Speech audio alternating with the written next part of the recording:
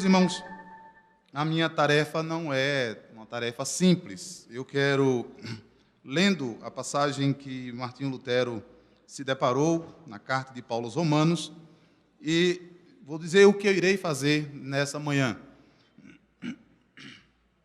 O verso 16 e 17 do capítulo 1 de Romanos, da carta de Paulo aos Romanos: porque não me envergonho do evangelho de Cristo, pois é o poder de Deus para a salvação de todo aquele que crê, primeiro do judeu e também do grego, porque nele se descobre a justiça de Deus, de fé em fé, como está escrito, mas o justo viverá da fé, ou viverá pela fé.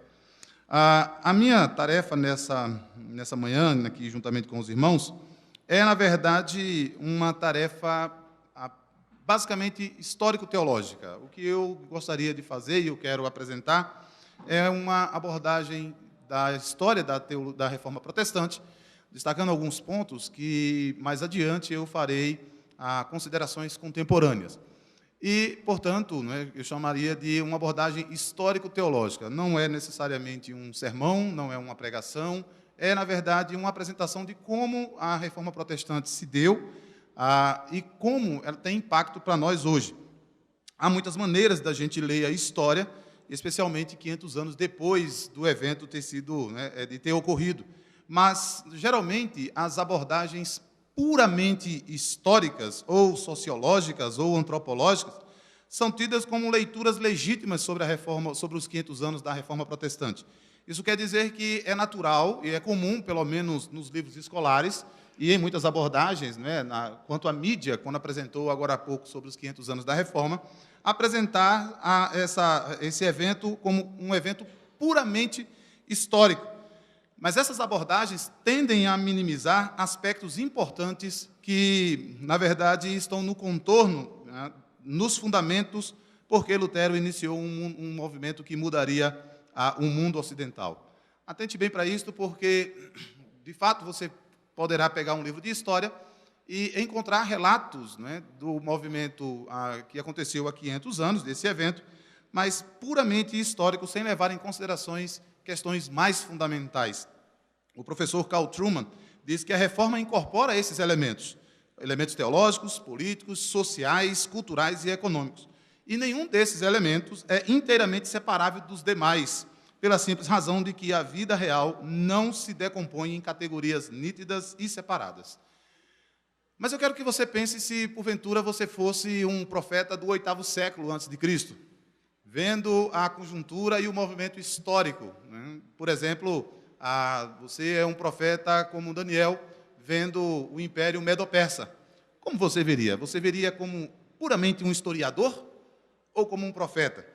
Como cristãos, nós somos chamados a ver a história e lê-la sob a luz da providência divina. Como cristão, portanto, nós não fazemos essa busca supostamente neutra de analisar os dados ou os eventos históricos puramente pela história. Não. Nós não cremos que os eventos geopolíticos ou históricos simplesmente aconteceram e estão aí. Nós não cremos desse modo. Nós analisamos como cristão, o apóstolo Paulo diz na sua primeira carta aos Coríntios, no capítulo 2, especificamente no verso 16, que o homem espiritual discerne bem todas as coisas e ele por ninguém é discernido, mas nós temos a mente de Cristo. Cristo, quando fez uma rememoração de um evento que aos olhos dos homens parecia um evento comum, aleatório, de uma torre que havia caído, ele não apelou simplesmente, foi simplesmente um erro de cálculo dos engenheiros. Não. Ele chamou a atenção para aquele evento e disse, se vocês também não se arrependerem, de igual modo também pereceriam. Cristo via os eventos, quando ele relatou em Marcos capítulo 13, em Mateus 24, os eventos históricos à luz da providência divina. Então, tais como os profetas das Escrituras, nós vemos a história como manifestação do pensamento de Deus. Esse é um ponto que você precisa estar completamente ciente. A história é manifestação dos pensamentos do nosso Deus, do Deus que criou todas as coisas, do Deus que estabeleceu toda a história.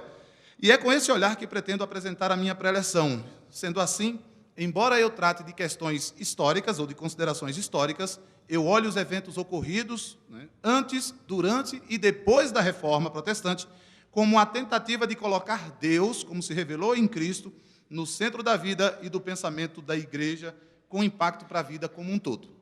Então, eu não apresento, não sou um historiador, a minha formação é teológica, então eu não posso apresentar um evento de maneira puramente histórica, pois, como cristão, na minha cabeça, os eventos históricos manifestam o pensamento de Deus. Eles estão acontecendo segundo a providência do nosso Deus. Bom, deixe-me olhar primeiramente o contexto em que a Reforma Protestante se deu. Muito daquilo que você irá ouvir, eu gostaria que você estivesse pensando no século XXI, pensando na nossa época. O evento aconteceu há 500 anos atrás, ok? Mas muito do contexto da Reforma Protestante, que precedeu a Reforma e que desembocou na Reforma Protestante, não é muito diferente do nosso contexto. Já é lugar comum lembrar, portanto, que o dia 31 de outubro de 1517, em Wittenberg, lá na Alemanha, um monge afixou na porta de uma grande igreja uma lista contendo 95 proposições ou 95 teses a serem debatidas. Talvez o que poucos saibam é que essa atitude era uma espécie de provocação para um debate.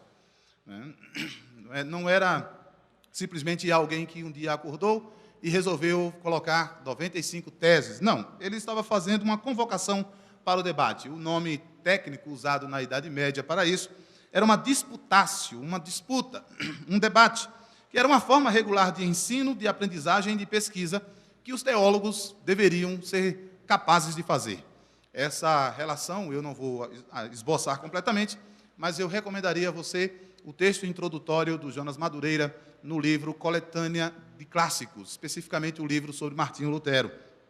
Nessa disputácio era proposto um tema ou temas, chamado de questões, considerando os argumentos contra e a favor que poderia ser tornado público. Então, ao afixar aquelas proposições, o que Martinho Lutero estava fazendo era um exercício acadêmico comum à época, esperando para o debate com os acadêmicos intelectuais extremamente preparados para esse debate.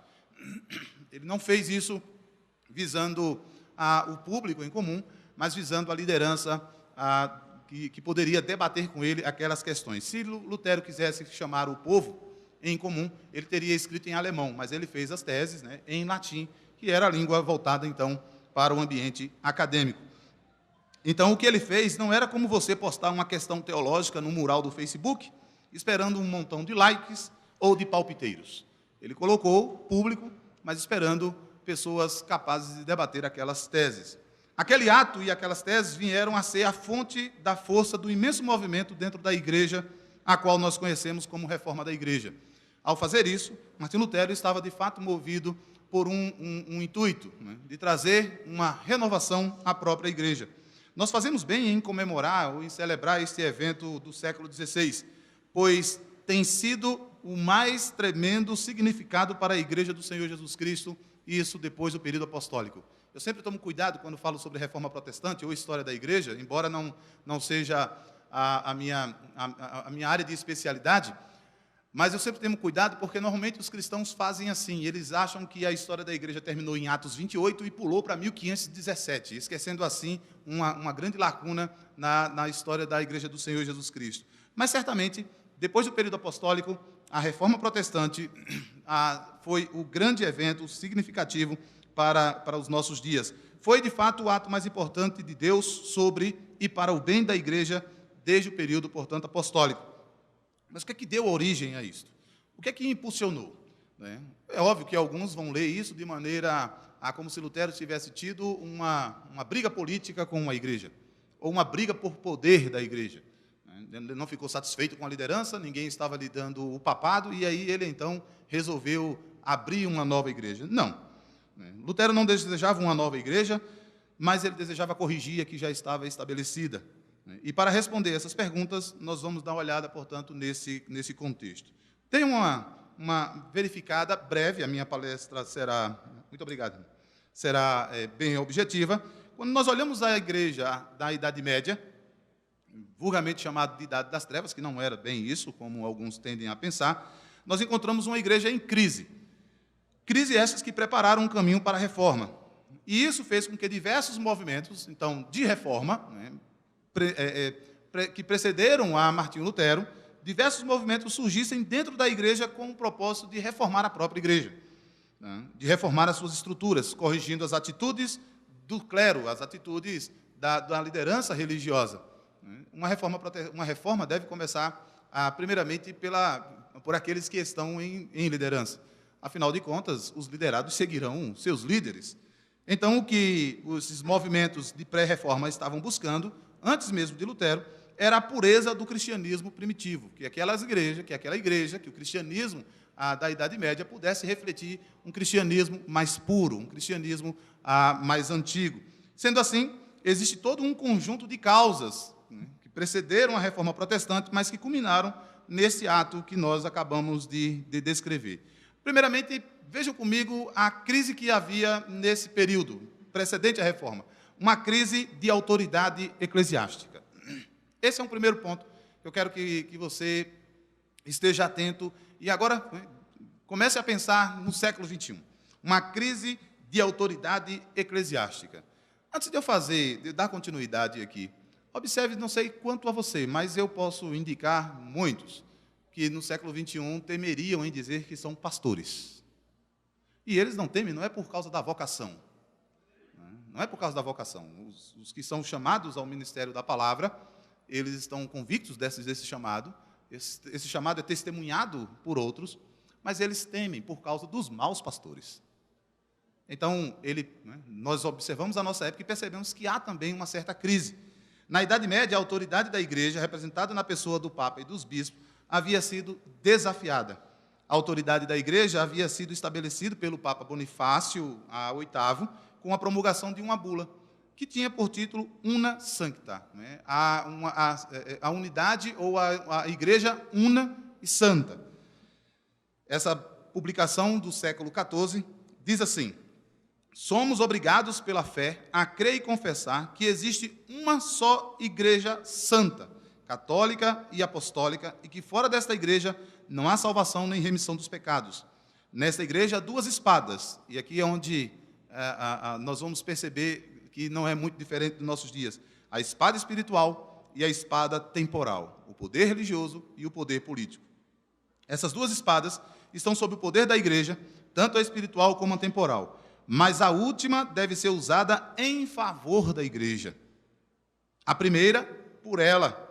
A primeira pelo sacerdote, a segunda pelos reis e capitães, mas segundo a vontade e a permissão do sacerdote.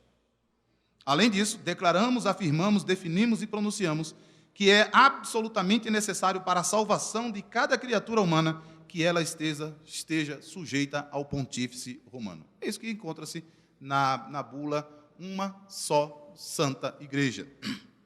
Essa autoridade foi questionada pelo comportamento posterior do clero. A proposta era interessante, embora não seja completamente bíblica, de fato, a igreja ter o poder espiritual, né, e poder opinar, digamos assim, sobre questões políticas. Porém, o comportamento posterior do clero anulava essa perspectiva. Como você poderia confiar numa igreja onde o clero não correspondia à santidade da igreja? Se a igreja era santa, uma igreja una e santa, então, onde estava a santidade? Conta-nos o Henry Bateson, no livro Documentos da História da Igreja, que esta bula ofendeu ao rei francês Filipe IV, que proibiu a exportação de dinheiro da França e cortou, assim, as contribuições em favor de Roma. Filipe sequestrou o Papa e o palácio papal foi saqueado, ficando o Papa preso por alguns dias, vindo a morrer poucas semanas depois. Outros papas foram eleitos naquele período, como, por exemplo, o Papa Calixto, que teve não somente a prática e o poder do nepotismo, mas teve várias concubinas reconhecidamente públicas. Então, o cenário quanto à liderança da igreja não parecia ser dos melhores. O Papa Paulo II, de 1464 a 1471, teve várias concubinas. O Papa Inocêncio VIII, vários filhos ilegítimos, e autorizou a venda de indulgências. O apogeu chegou com a depravação de um outro, Alexandre VI. Certo escritor comenta que ele teve várias concubinas e filhos ilegítimos e se envolveu em guerras de conquista. Assim, a liderança da igreja, chamando a igreja à santidade, expressava a ausência de santidade nas pessoas dos seus líderes. Atente bem para isso e vá pensando no cenário da igreja no século XXI. Era uma convocação à santidade, mas os próprios líderes não eram santos. Eles estavam envolvidos com brigas políticas, eles ansiavam pelo poder temporal, eles estavam envolvidos em imoralidade, estavam envolvidos, né, em questões do desvio de recursos para a construção da Basílica de São Pedro, vendendo a fé, vendendo objetos sagrados, cartas de absolvição que garantiam o perdão de pecados. Havia uma frase comum do Papa Leão X que dizia: agora chegamos ao papado, vamos desfrutá-lo. Na passagem de Romanos que nós lemos, o justo viverá da fé. Literalmente eles estavam fazendo isto. Isso fez com que a igreja ficasse cada vez mais rica e o povo cada vez mais pobre. Um escritor italiano nos fala que os padres estavam no grupo dos homens mais ambiciosos do mundo. Eu só quero que você troque o nome padre por pastores e por outros designativos da liderança, porque nós estamos falando de uma igreja que, aos nossos olhos, na Idade Média, não era cristã, mas era essa igreja que tinha na Idade Média. E era essa igreja que expressava o cristianismo. No nosso contexto, não mais, mas pense no nosso caso. Eu não estou falando especificamente de um grupo, estou falando majoritariamente. Se diz que nós somos 42 milhões de evangélicos no país, é dito desse modo. Mas cadê o poder? Esses sacerdotes que desejavam joias, riquezas, exibiam-se em público como um exército de comilões, preguiçosos, ausentes de virtudes, viviam em lascívias, entregues aos prazeres da carne. Nessa época, havia uma frase que foi atribuída a Lutero: quem visita Roma, perde a fé. Por conta desse quadro. Você percebe que a crise não era simplesmente uma crise política. Ela tinha a ver com um fundamento ético. Ela tinha a ver com uma dicotomia, uma separação entre o que deseja que a igreja seja e o que os seus líderes são. Aquilo que eles queriam que a igreja fosse, uma igreja santa, una, mas os seus líderes não correspondiam nem à unidade, uma vez que os papas brigavam entre si, e nem à santidade. Uma vez que os papas estavam em busca de poder, de serem representados, de poder temporal, e nem de santidade. Então, como é que essa igreja poderia expressar o nome de Cristo? Então, estamos agora pensando na nossa época. Uma crise de espiritualidade. Vejam, meus irmãos, que se quem visita Roma perdia a fé, não era simplesmente pela opulência, não era simplesmente pela riqueza que essa igreja expressava. Era porque havia uma questão mais fundamental. Havia uma crise de espiritualidade. Essa crise de espiritualidade é desconsiderada nos exames, quanto à reforma protestante. A divisão clero e leigo permeava a teologia da Idade Média, a teologia prática.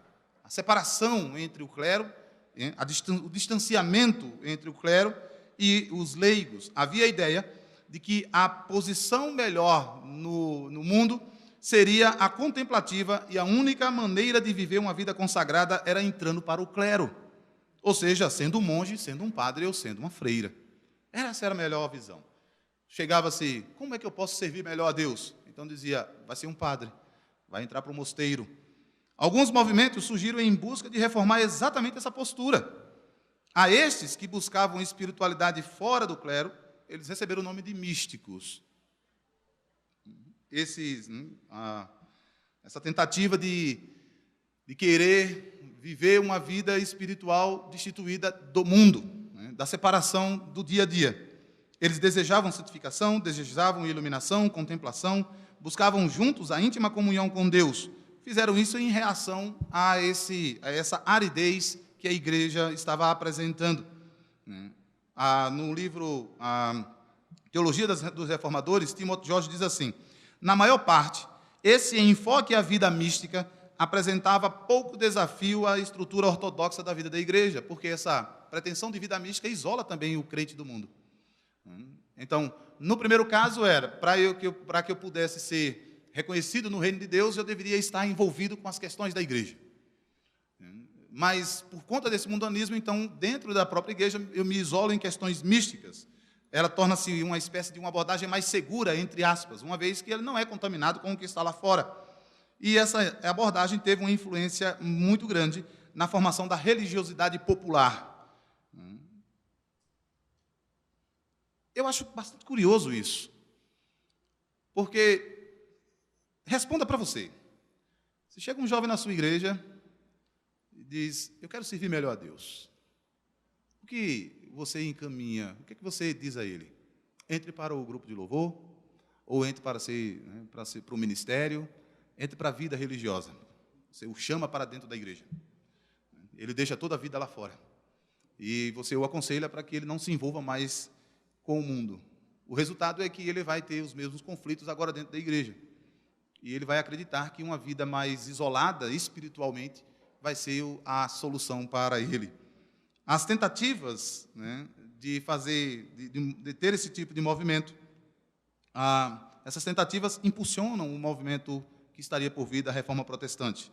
Dentre desse impulso, houve que foi a iniciativa de traduzir a própria Escritura. Afinal de contas, a própria Bíblia seria o livro da espiritualidade. E é o livro da vida cristã. A intensa reflexão crítica sobre este movimento e uma inquietação espiritual começa a surgir. Porque religiosidade é, na verdade, uma espécie de salvação pelas obras.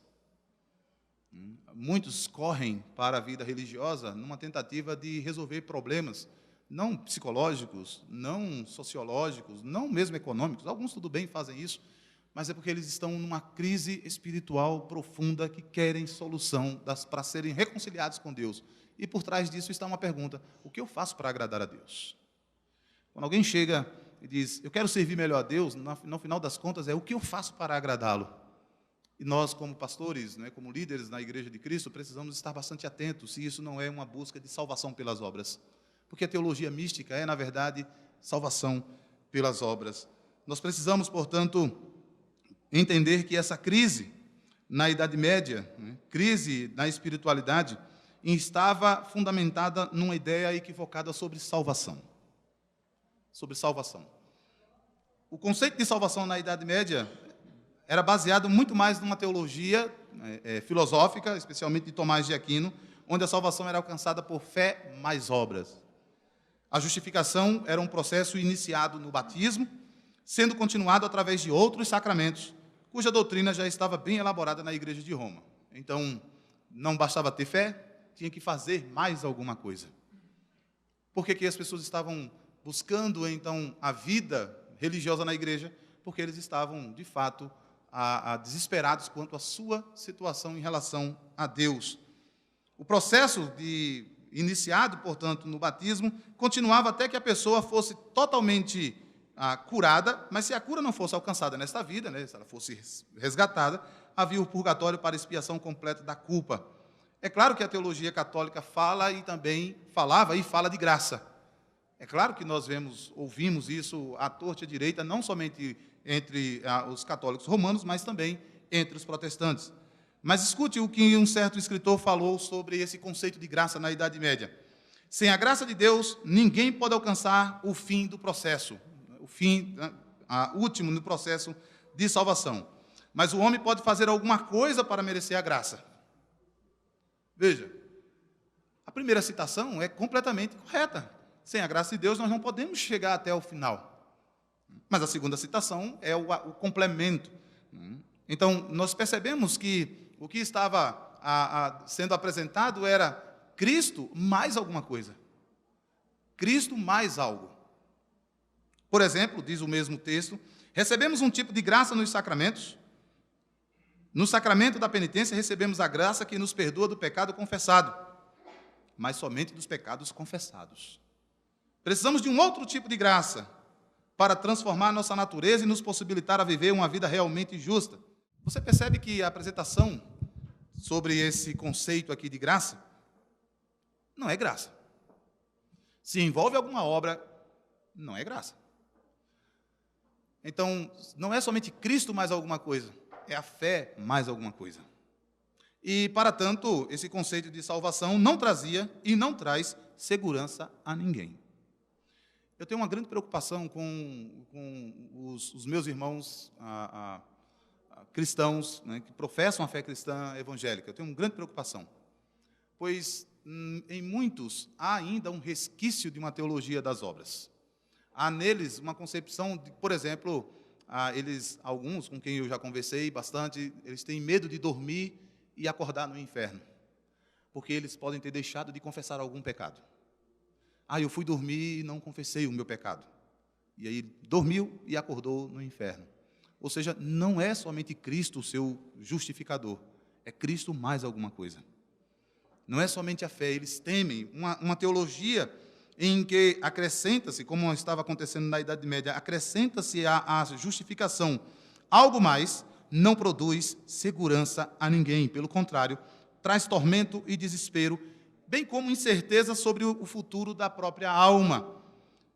E assim, aqueles que estão atormentados com esse tipo de teologia perguntam: como um homem então pode ser justo diante de Deus? É nesse contexto que nós encontramos Martinho Lutero. É nesse contexto, é nessa crise. Ele viu a crise da autoridade da igreja, ele tinha essa crise espiritual de buscar, né, agradar a Deus, entrando para um monastério, vivendo uma vida mística, mas ainda assim não encontrava paz para a sua alma. É nesse contexto em que Martinho Lutero se depara com algo que é extremamente esquecido em nossos dias.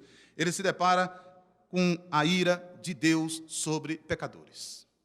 Eu sei que não é muito agradável, não é uma época em que o termo amor e tolerância são bastante comuns, de falar sobre a ira de Deus. Mas pense na seguinte pergunta: como você, pecador, pode agradar um Deus santo e justo? Esse é o grande problema que Martinho Lutero se deparou. Deus é santo e justo, e eu sou pecador. Você é pecador, e Deus é santo e justo. Como, portanto, agradar um Deus que é perfeitamente santo e perfeitamente justo? O que você poderia fazer para alcançar a santidade exigida por Deus? Você não pode. Você nasce em pecado e peca durante a sua vida. E satisfazer a perfeição da justiça de Deus. Você é ímpio e, portanto, como diz o apóstolo João na sua primeira carta, no capítulo 3, pecado é a transgressão da lei, é impiedade. O temor mais profundo de Martinho Lutero era morrer e ter de se apresentar a Deus para ser julgado. Esse é o temor que deveria estar no coração de cada um dos homens. O temor de ter que se deparar com um Deus santo e justo. Melancton, um amigo do Lutero, disse que, frequentemente, ao pensar na ira de Deus e em seus juízos, Lutero ficava tão aterrorizado que quase perdia o alento. Contra a ira de Deus, Lutero buscou refúgio na Virgem Maria e nos santos. Entra para o convento em 1505, devido a uma forte tempestade que desabou sobre ele. Disse ele, ao ver a sua fraqueza: eu me dizia continuamente: se pudesse ser verdadeiramente piedoso, satisfazer teu Deus, merecer a graça, eis os pensamentos que me lançaram no convento. E para escapar do juízo de Deus, Lutero vivia penitente na tentativa de tornar-se justo. Ninguém pode acusar Lutero de pouca religiosidade. Pelo contrário, nas suas palavras, ele diz assim: toda a minha vida não era mais do que jejum, vigílias, orações e suores. Se tivesse durado um pouco mais, ter-me-ia martirizado até a morte por meio de vigílias, rezas, leituras e outras espécies de trabalho. Era alguém extremamente religioso, buscando solucionar esse problema de ele ser pecador, se deparando com um Deus santo e justo que está irado contra o pecado. E em tudo isso ele não encontrava paz. Meus irmãos, minhas irmãs, deixe-me dizer algo que, como líderes que nós somos, nós deveríamos ter a extrema preocupação. Aqueles que nos ouvem, que vêm à igreja, nós não devemos presumir que eles conhecem o Evangelho. Nós nunca deveríamos presumir que a vida deles, a vida está adequada diante do nosso Deus. Nós deveríamos presumir, pelo contrário, de que eles precisam de reconciliação com Deus santo e justo, porque eles são pecadores. E, portanto, não deveria haver uma outra mensagem que nós anunciássemos do púlpito, senão essa, de que Deus é santo e justo e que os homens são pecadores e que é necessário haver reconciliação entre essas duas partes. Mas precisamos anunciar de onde vem essa reconciliação. Não pode ser Cristo mais alguma coisa, não pode ser fé mais alguma coisa. Tem que ser inteira e completamente da parte de nosso Deus. Não há como um homem encontrar paz, exceto, portanto, no próprio Deus da paz. Ele não pode comprar a paz. Ele não pode, por meio de seus esforços mais religiosos, buscar a reconciliação ou encontrar reconciliação com esse Deus. Um certo historiador diz que Lutero chegava a passar até 6 horas por dia confessando os seus pecados a um amigo, né, o John von Staupitz. Lutero confessava durante horas, ia embora e depois voltava correndo com uma pequena fraqueza que ele havia esquecido de mencionar. Passava 6 horas fazendo a sua confissão perante um amigo, e quando saía dali lembrava de alguma coisa que deixou de confessar, então ele voltava e confessava durante mais horas. Isso deixou o seu amigo bastante irritado, a ponto de dizer: olha aqui, irmão Martinho, se você vai confessar tanto assim, por que não faz algo digno de ser confessado? Mate sua mãe ou seu pai, cometa adultério, pare de vir aqui com tais tolices e pecados falsos. Eis um homem atormentado, né, que qualquer coisinha ele estava consciente de que havia pecado contra Deus. Você imagina o tormento que alguém pode passar desse modo? Sem encontrar paz. Lutero acreditava que não havia sido realmente contrito ou arrependido e, por não sentir o perdão, desejou não ser criado como um ser humano. É como se ele tivesse dito: melhor se eu fosse um animal, se eu fosse um cão, se eu fosse um outro animal, mas não fosse homem. Um autor diz que, para Lutero, a questão não era mais se ele, Lutero, era ovelha ou bode, mas se Deus era herbívoro ou carnívoro, um libertador ou um destruidor. Lutero transfere todo o ódio de si mesmo para um Deus. Porque se ele se depara com um Deus que está irado e não sabe como apaziguar a ira desse Deus, então, no final das contas, parece que esse Deus não é tão bom assim. E aqui está um outro lado do nosso anúncio. Nós deixamos de anunciar a ira de Deus para anunciar o seu amor, e nós fizemos agora o inverso. Anunciamos o seu amor e esquecemos de dizer por que Deus os ama. Deus não pode amar senão objetos que eram da sua ira, pecadores. A Escritura ensina exatamente isso, que se o amor de Deus se manifesta sobre nós, diz o apóstolo Paulo em Romanos capítulo 5 e no capítulo 8, especialmente capítulo 5, versículo 8, que o amor de Deus se manifesta no fato dele ter nos amado, né, quando éramos ainda pecadores. Como anunciar o amor de Deus sem anunciar que os homens são pecadores? Você entende que anunciar um amor, né, cujo objeto não é alvo desse amor, é, na verdade, oferecer uma salvação pelas obras. Eu anuncio: Deus ama você, mas não digo: você é pecador, está debaixo da ira dele. Eu estou dizendo que, bom, fique do jeito que você está mesmo, porque está tudo bem com você. Está tudo ok com você. Você não é mais pecador. Não é isso que a Escritura ensina. E Lutero se deparou exatamente com isso. Ao anunciar, ao se deparar com um Deus de ira sem um Deus de amor, ele transfere para Deus o seu ódio. Mas também, ao anunciar um Deus de amor que não é um Deus de ira, nós transferimos para Deus a nossa justificação. Nós estamos buscando um meio de ser justificado por nós mesmos. Em 1512, Lutero, nesse tormento, inicia uma série de preleções nos Salmos. Depois em Romanos, em Gálatas, em Hebreus, e novamente ele volta aos Salmos. Lutero abandona a interpretação alegórica, que era comum na Idade Média, e abandona também os comentários escolásticos acerca da Escritura Sagrada.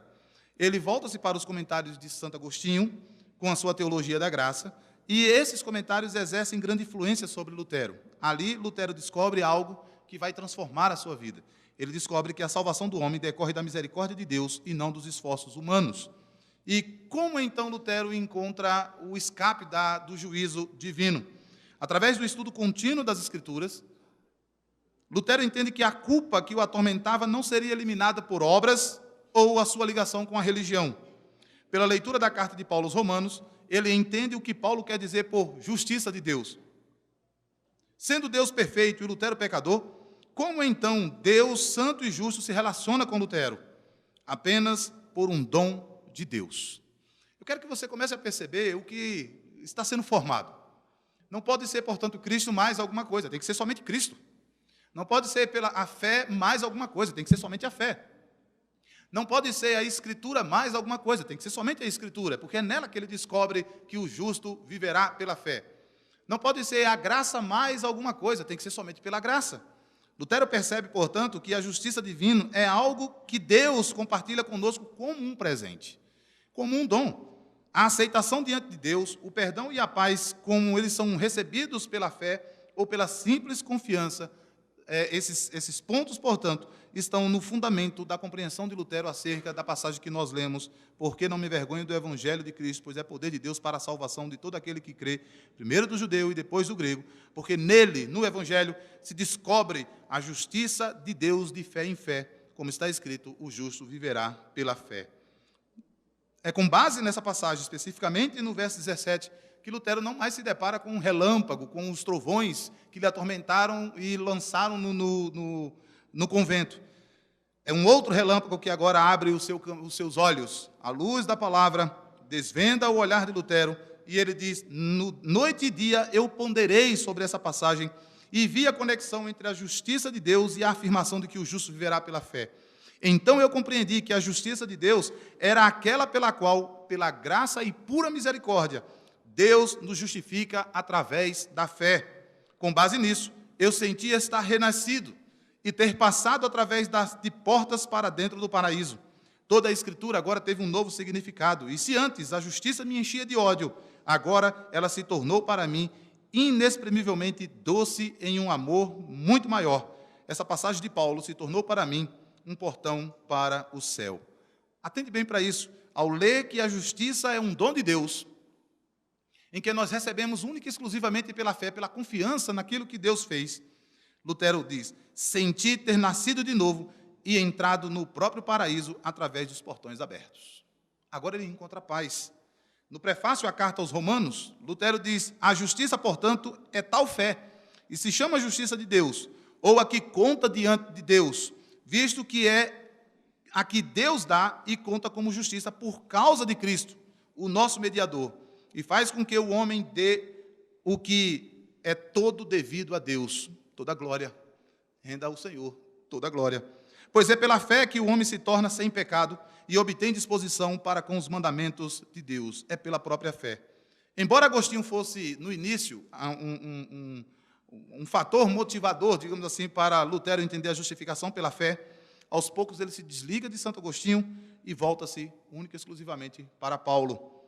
Ele diz: Agostinho chegou mais perto, mais perto do sentido paulino do que todos os estudiosos, mas quando a porta para Paulo abriu-se e entendi o que era realmente a justificação pela fé, deixei-o de lado.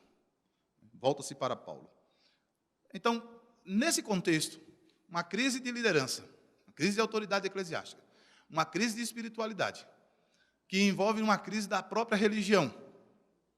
E no substrato disso, não é um movimento, portanto, político, embora possa ser lido dessa maneira, não é um movimento sócio-histórico, embora possa ser lido dessa maneira, é, na verdade, no fundamento está uma crise teológica. Como um homem pecador pode se relacionar com um Deus santo e justo? Através da religião? Ou da religiosidade, não o problema da religião, da religiosidade? Através de comprar o benefício de Deus ou o agrado de Deus? Através de alguma maneira de atrair o olhar de Deus sobre nós? Como? Martinho Lutero descobre nessa passagem que a justiça é um dom de Deus, que a nossa salvação é Deus vindo em nossa direção, não nós indo até Ele. Há um contexto que leva Lutero, portanto, agora de modo mais aguerrido, a apresentar a justificação pela fé. Já vimos que está sendo formado aqui os pilares, para usar o título do livro do Franklin Ferreira, os pilares da fé cristã. Somente a fé, somente a graça, somente Cristo, somente a Escritura e a glória somente dada a Deus. Lutero descobre essas verdades e imediatamente ele busca aplicá-las, tá, na capela onde ele era pastor, na igreja de Wittenberg. Para Lutero, a doutrina da justificação pela fé era o artigo pela qual a igreja permanece ou cai. Sem a doutrina da justificação pela fé, não há igreja. É isso que Lutero queria dizer. Mas, nesse momento, aparece um personagem, um Simão dos tempos medievais, né, vendendo algo que iria exatamente contrário a essa mensagem que Lutero estava pregando. Um monge chamado Tetzel, representando o Papa Leão X, vendia indulgências, cartas de absolvição que garantiam o perdão dos pecados. Ele afirmava: não vale a pena atormentar-se, podes resgatar teus pecados com dinheiro. Pagando, podes escapar dos sofrimentos do purgatório e aliviar o dos outros. Isso através de um cântico.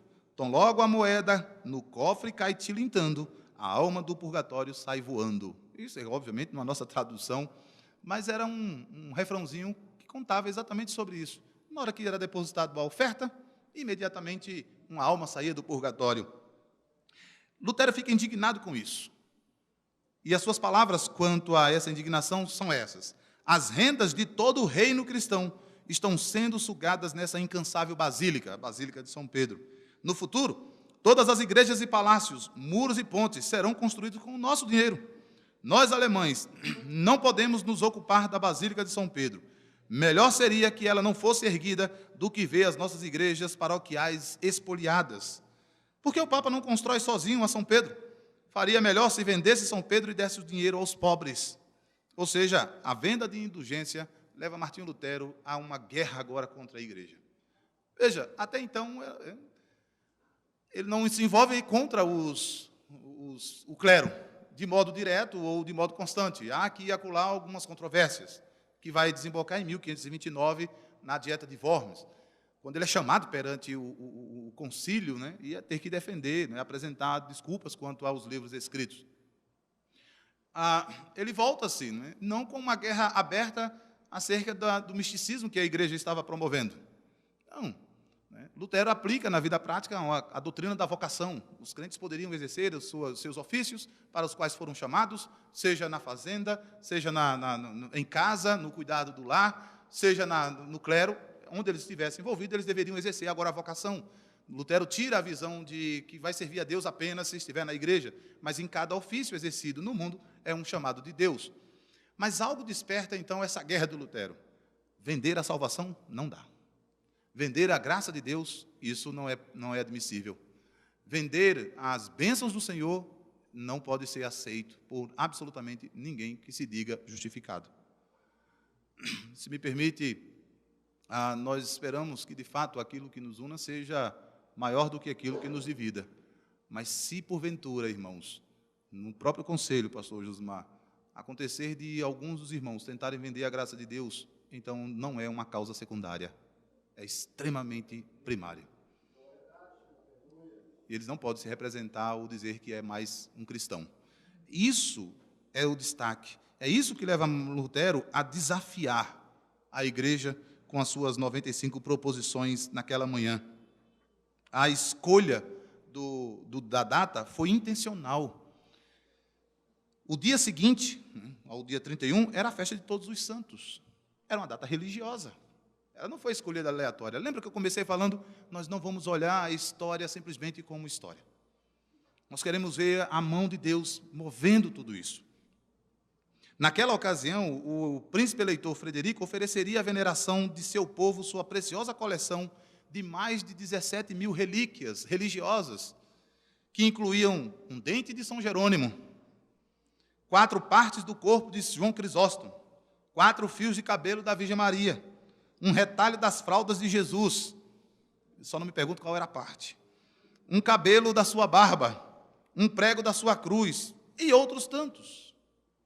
Objetos religiosos, objetos que eram conhecidos como relíquias, que o crente poderia tocar, o fiel poderia tocar e ser abençoado. Era uma espécie de talismã, onde eles poderiam, vendo ou tocando, ou mesmo adquirindo, e encontrar perdão para toda a sua vida. Ouça o que Lutero, nas suas 95 proposições, registra na proposição 27 e 28. Os que afirmam que uma alma voa diretamente para fora do purgatório, quando uma moeda soa na caixa de coletas, estão pregando uma invenção de homens. É certo que quando uma moeda soa, cresce a ganância e a avareza, mas a intercessão da igreja está unicamente na vontade de Deus. Se eu lesse essa passagem sem conhecer a história da Reforma Protestante, eu diria que ela foi escrita para hoje. Somente Deus concede plena absolvição de pena e culpa através daquilo que Cristo fez.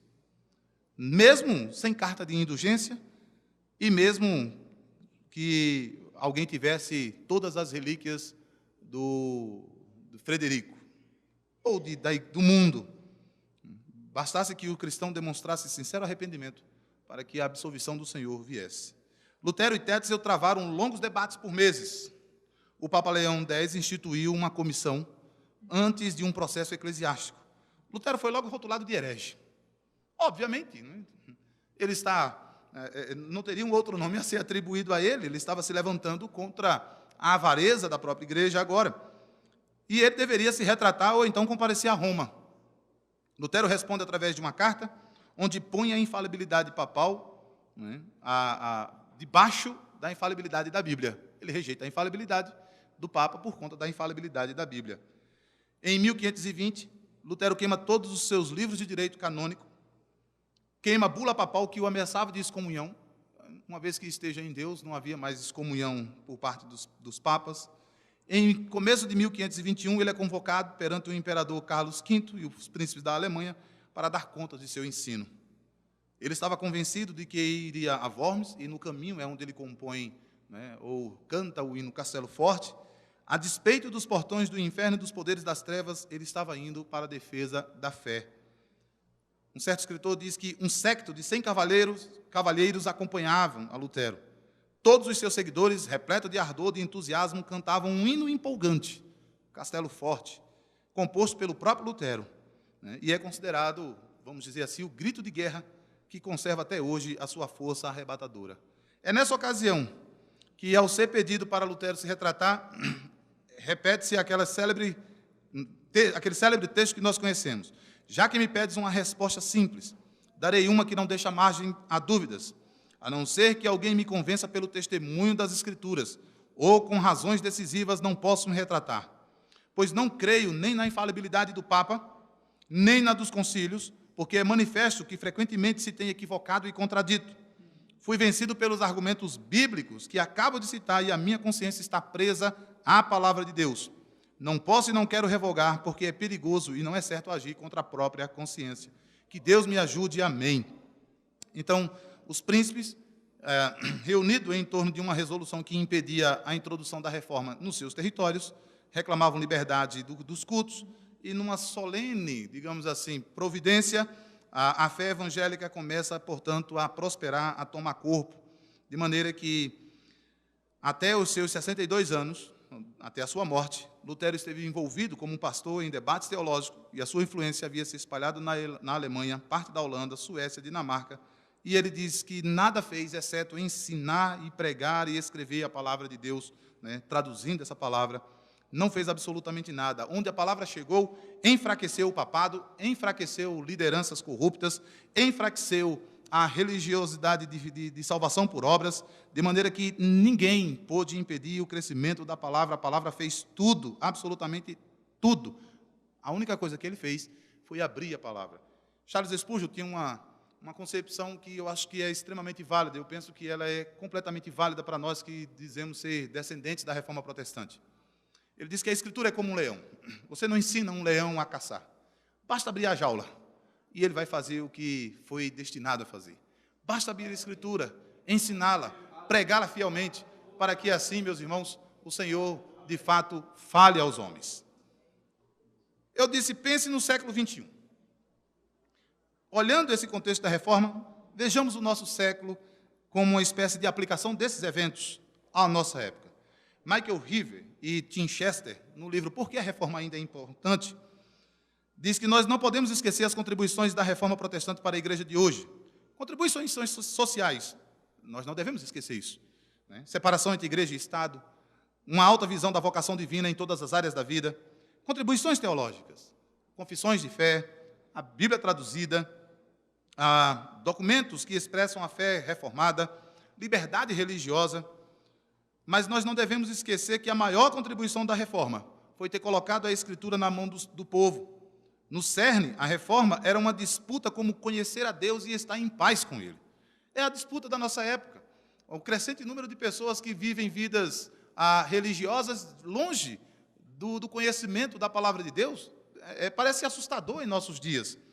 A reforma não foi um movimento político ou socioeconômico, mas um retorno a essa palavra.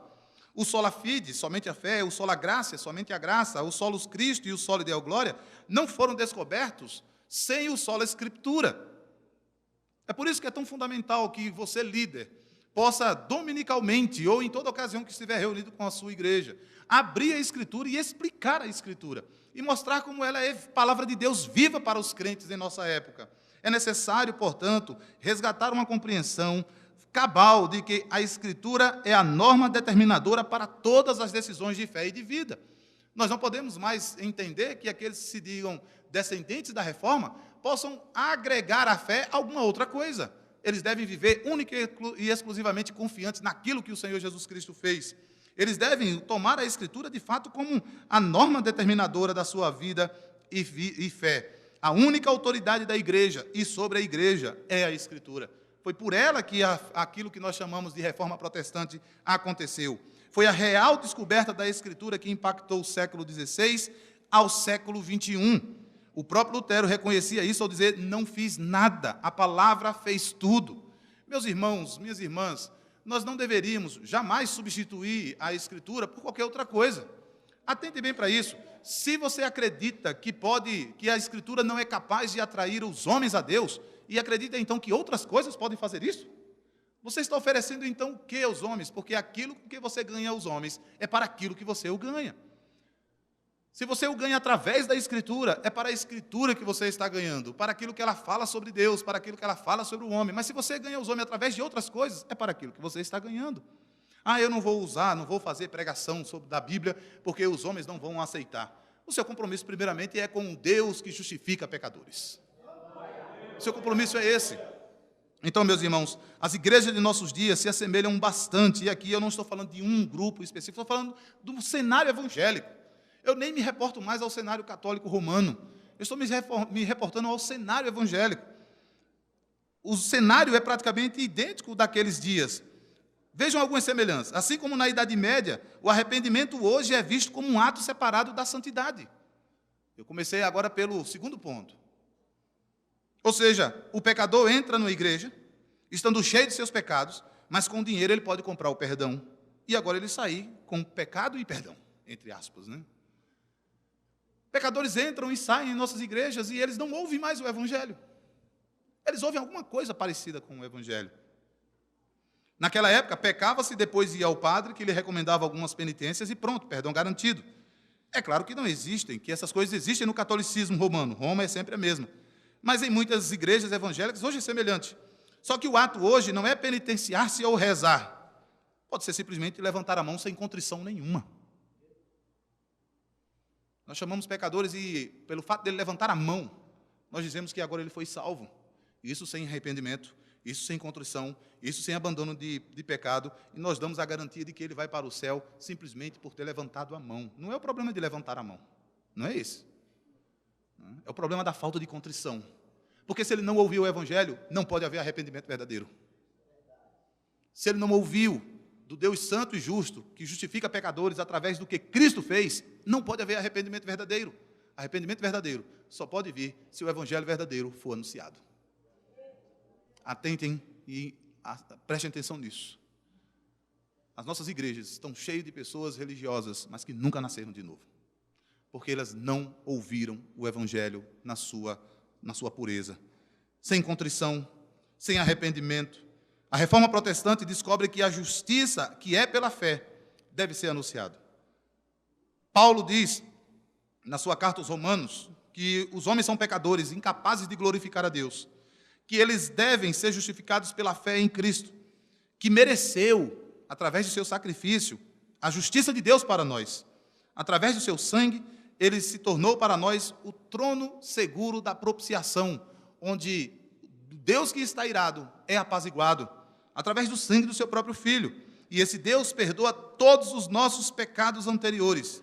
E Deus prova que é somente a sua justiça, que Ele nos outorga mediante a fé, que nos ajuda. Justiça que no tempo determinado, no tempo certo, foi revelado por meio do Evangelho. E esse Evangelho foi testemunhado pela lei, pelos profetas, e nós anunciamos constantemente quando temos a ocasião e a oportunidade. Devemos lembrar, portanto, que o falso arrependimento não livra ninguém da ira de Deus. O falso arrependimento faz com que aquele que falsamente se arrependeu confie em si mesmo, na sua autojustiça. Confie no fato dele, agora eu estou na igreja, eu agora contribuo fielmente a cada domingo, eu sou dizimista fiel, eu frequento a igreja. Eu sei que alguns, eu não sei como é o processo de recepção de membros na igreja de muitos irmãos aqui, mas eu sei no meu cenário, sei no meu ambiente. E é impressionante quando eu recebo crentes, né, que vêm de outro segmento, e eu pergunto, me diga como foi a sua conversão. E geralmente eu encontro uma história de como ele se tornou ou entrou para uma igreja. Eu não ouço palavras como, eu era um pecador, estava perdido, eu estava debaixo da ira de Deus, eu não sabia mais o que fazer, mas um dia eu ouvi uma pregação do Evangelho que dizia que Cristo morreu em meu lugar e que se eu confiasse nisso, naquilo que Ele fez, me entregasse completamente nisso, eu poderia então encontrar paz. E no dia em que eu professei isso publicamente, de fato, eu senti como se a minha vida tivesse nascido de novo. Eu não encontro coisas assim. Eu encontro, a minha família era crente, já era da igreja, eu estou na igreja há muito tempo, eu me batizei em tal dia, eu recebi isso, eu faço isso na igreja, eu faço aquilo na igreja. Falso arrependimento não livra ninguém da ira de Deus. Por que nós precisamos da reforma ainda hoje? Porque ainda hoje, homens inescrupulosos, que sem o menor temor de Deus, ainda exploram a fé dos pobres e incautos, dos pecadores que necessitam da graça divina. Asseguram-lhe que, se adquirirem certos produtos, eles obterão o favor de Deus. Eles entendem e expõem constantemente que, se eles obtiverem tais coisas, o despertar da fé ou uma graça desejada serão dadas a eles. Ensinam-lhe que devem fazer certos sacrifícios para obterem a bênção de Deus, um ato merecedor da sua graça. Nós podemos ver, meus irmãos, se não explícita ou implicitamente, o tratamento disciplinar dado a esses homens. Líderes que estão na prática da imoralidade, líderes que são inescrupulosos, líderes que não refletem a santidade que deveriam refletir no nome do Senhor, estão ocupando os púlpitos das nossas igrejas. O que eles podem anunciar? Eles não se arrependem, continuam em seus pecados, não são chamados ao arrependimento e absolutamente continuam suas vidas religiosas. Os sacrifícios para Deus, ensinam a Escritura, são o espírito quebrantado, e um coração quebrantado e contrito o Senhor não despreza. Chamar pecadores ao arrependimento. Por que a reforma ainda é importante? Porque hoje se valorizam muito mais as experiências subjetivas do que a palavra de Deus. Eu não compreendo como uma igreja pode se dizer cristã e tirar a pregação da palavra. Eu não compreendo como alguém pode dizer que é cristão e dizer, olha, nós vamos substituir a pregação por qualquer outra coisa. Eu não entendo. Em nossa época, a igreja evangélica, né, prioriza essas experiências subjetivas. Não é que experiências sejam erradas. Lutero, na tese 62, diz, o verdadeiro tesouro da igreja é o santíssimo evangelho da glória e da graça de Deus. É isso que nós temos que anunciar constantemente. Além de ver, no nosso contexto, de verem a Bíblia como um livro de fórmulas mágicas, que não é mais estudada, que só possui valor supersticioso. Fazem com que a Escritura seja destrinchada segundo o interesse dos seus líderes. Meus irmãos, Deus não tolerará aqueles que falam em seu nome, mas que deturpam sua palavra. Ele não tolerará isto. O profeta Jeremias, no capítulo 23, chamam de aqueles que falam segundo o seu próprio coração, que furtam as palavras do Senhor. Não são apenas os ladrões da fé que estão no púlpito, que através da ganância pelos recursos financeiros exploram o povo. Os mais perigosos são aqueles que furtam a palavra do Senhor aos homens. Sem essa palavra, os homens não saberão como serem salvos. Isso sem contar novas hermenêuticas. Realmente a alegoria voltou. A Bíblia não é vista como a voz do Espírito Santo, mas, infelizmente, ela é usada como sortilégio. Tira-se uma palavra para ver o que o Senhor tem a dizer. E, desse modo, semelhante à Idade Média, nós criamos um misticismo evangélico. Deus nos livre disso. Deus nos livre disso. Erasmo de Roterdã, com quem Lutero teve um embate, escreveu algo. Porque eu disse que era Erasmo, agora você vai pensar que foi naquela época somente. Ouçam isso aqui. Ele tem um texto chamado O Elogio da Loucura. Ouçam. Naquela época, ele diz assim: ide assistir a um sermão, e vereis que quando o pregador aborda o assunto com seriedade, apoiado em argumentos, o auditório dorme, boceja, tosse, assoa o nariz, relaxa o corpo, inteiramente enjoado. Se, porém, o orador, como quase sempre é o caso, conta uma velha fábula ou um milagre da lenda, então o auditório logo se agita, os dorminhocos despertam, todos os ouvintes levantam a cabeça, arregalam os olhos e prestam atenção. Parece que foi escrito para hoje. É desse jeito, né? É desse jeito. Uhum. Só falta alguém fazer como eu vi de um colega, fala Jeová, né? Então, mas é assim mesmo. Você, pastor, você líder, abre a Bíblia e começa explicando a passagem bíblica. Ah, que coisa mais monótona. Mas você deixa e começa a contar os testemunhos de pessoas que foram ao céu e inferno, e o auditório agora está pronto para te ouvir. Meus irmãos, nós temos lugar para os testemunhos daquilo que Deus tem feito em nossas vidas e na vida da igreja. Nós temos, sim.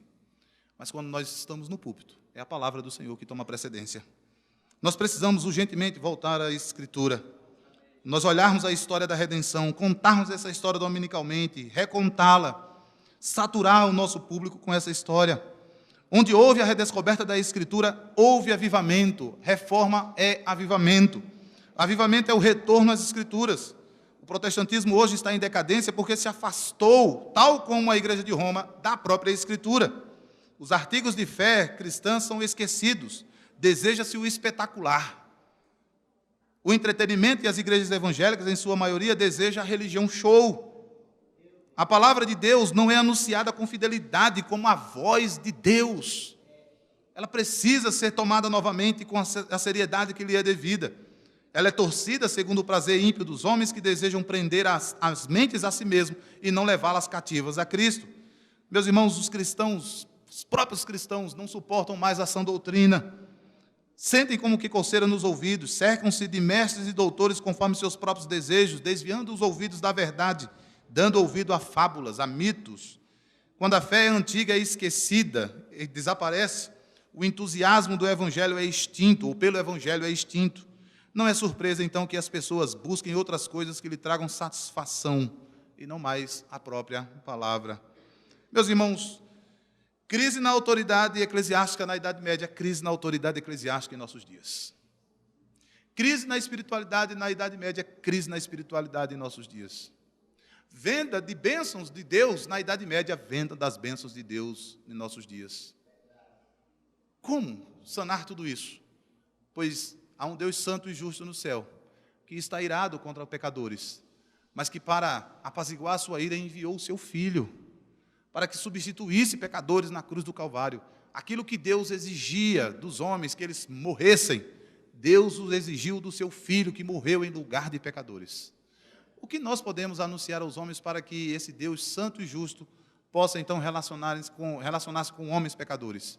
Devemos anunciar que eles devem crer nessa provisão de Deus, que eles devem confiar absolutamente nessa provisão. Eles não precisam comprá-la, eles não precisam agregar absolutamente nada mais. Eles precisam apenas, confiado na justiça de Deus, que por meio do seu dom, por meio dessa graça, foi concedido a nós.